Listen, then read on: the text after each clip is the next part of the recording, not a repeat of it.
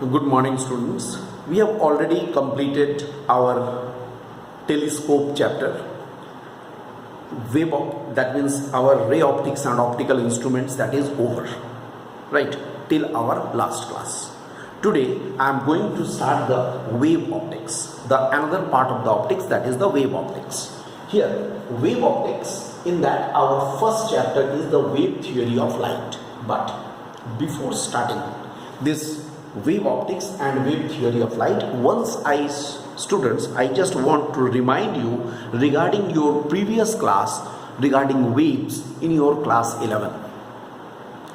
The wave is a type of the disturbance created in a medium. The electromagnetic waves can travel through the vacuum also. In the vacuum there is no material particles, but then too the waves can propagate due to the simultaneous variations in the electric and magnetic vectors that I told you.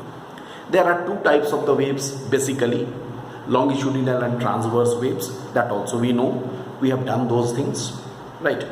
Here mainly we are to discuss regarding the transverse wave, because light wave is a transverse wave. It is the electromagnetic wave, it's a transverse wave. Followed? Now look here, this is in a wave you all are familiar with some important terms like wavelength, frequency, time period, amplitude. I hope I don't have to repeat these. All of you must be knowing. Mainly here I want to give stress on this term, phase, because in this chapter mainly we are concerned with very much concerned with the phase term. So what is phase? I remind that too also we have discussed.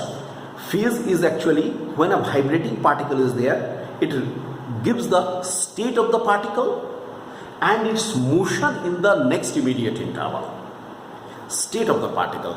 If all the particles in the medium, if those particles which are in the medium are in the same state and their motion in the next immediate interval will be the same, identical, then it is known as that they are in the same phase. This is the meaning of the same phase. Means, I repeat, phase always indicates the state of the particle and its motion of the particle in the next immediate interval. So two particles or a number of particles are considered to be in the same phase only if their state is the same and their motion in the next immediate interval will also be identical. Alright, I have reminded you, although it is understood that you know about the phase. Right. Now, here in wave theory of light, our first important term to be discussed is the wavefront. Let us see what is a wavefront.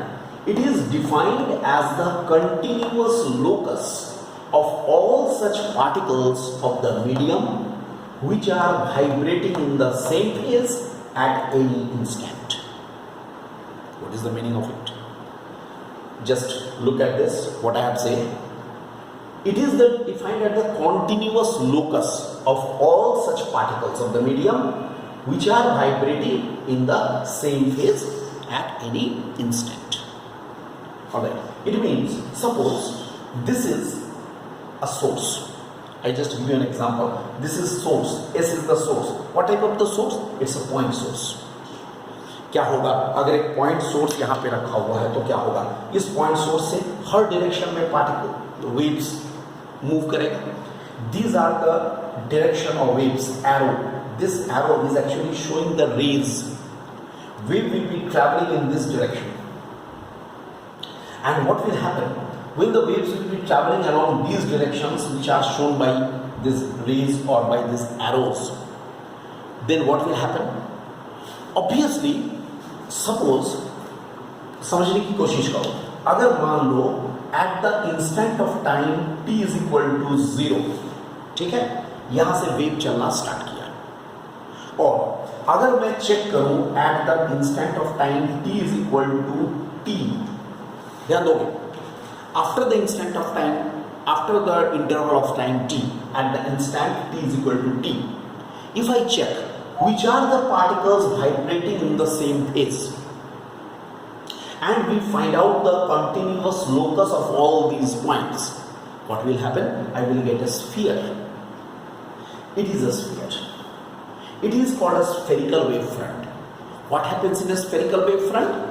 In this wavefront, all the particles on the surface of this sphere will be in the same phase, will be vibrating in the same phase. That will happen.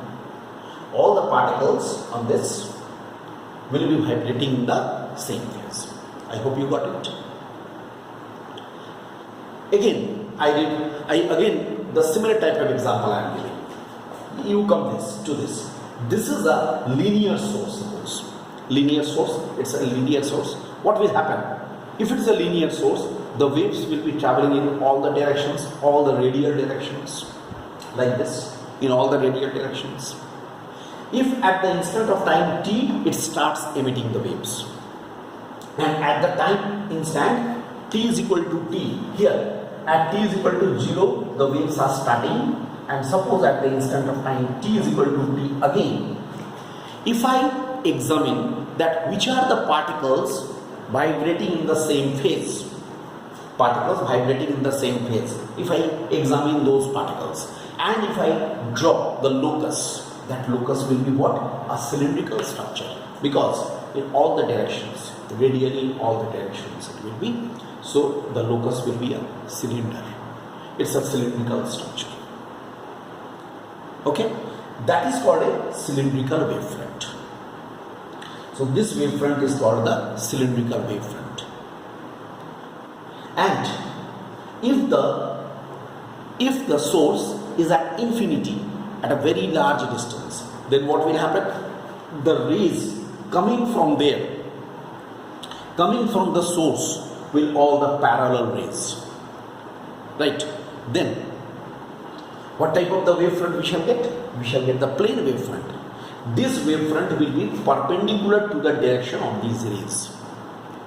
Mind this, always the wavefront will be perpendicular to the direction of the rays. Here also, these arrows are always in the figure, arrows are here indicating the direction of the rays, which are always perpendicular to the wavefronts. So these are always perpendicular to the wavefronts. I hope, dear student, you have understood it. Clear it is? These are regarding the wavefront. In this case, in case of the point source, we are having the spherical wavefront. In case of the linear source, here is a linear source, we have the cylindrical wavefront. For the parallel rays, or if the object or the source is at infinity, then we have the plane wavefront. And one more thing you have to remember, that the rays are always perpendicular to the wavefronts. Those are very clear from here. Now, these are regarding the wavefront, and which are formed due to the different type of the sources. Now we have the next thing which we have to discuss here. Look, we want to discuss here, that is a very important principle, that is called here Huygens principle. Now I want to discuss the Huygens principle. Huygens. Okay. Huygens principle is very important principle for the wavefront, or for the construction of the wavefront, you can say. Okay. So you may write. This principle states that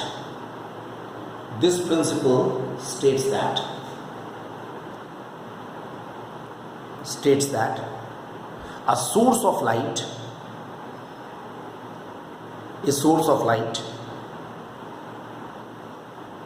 gives rise to the formation of a source of light gives rise to the formation of a primary wavefront, gives rise to the formation of a primary wavefront, a primary wavefront.